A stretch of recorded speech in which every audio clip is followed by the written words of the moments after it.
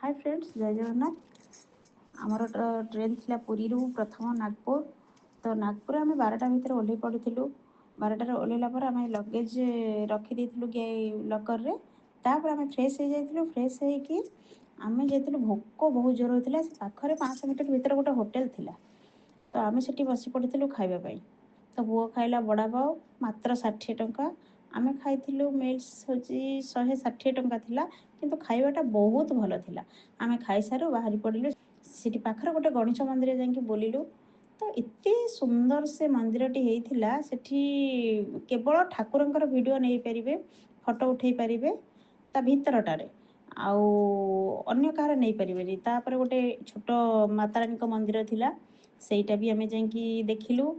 तापरे बहुत भल थिला से मंदिरटी। आपन भी देखंतु केते सुंदर थिला। तापर बाहर आसी आम बहुत समय बुलाबुली कलु। बुलाबुली करी मिसी टिके फटो फटो उठा उठी कलु। जे जाइथिलु बुलिबाकू, जेहेतु तो बुलिबाटा हमर निहाती दरकार थिला। ट्रेन समय हाथ रे हमर बहुत थिला। सेठी बसी त्रिपाठी बाबू सेल्फी नौथिले, आउ शक्ति हमर वीडियो करुथिले। आमे मजा उठाउथिलु। आमे केवल पोज देई चलीथिलु। त्रिपाठी मुंड हलै सेल्फी स्टिक रे सेल्फी नबार व्यस्त थिले।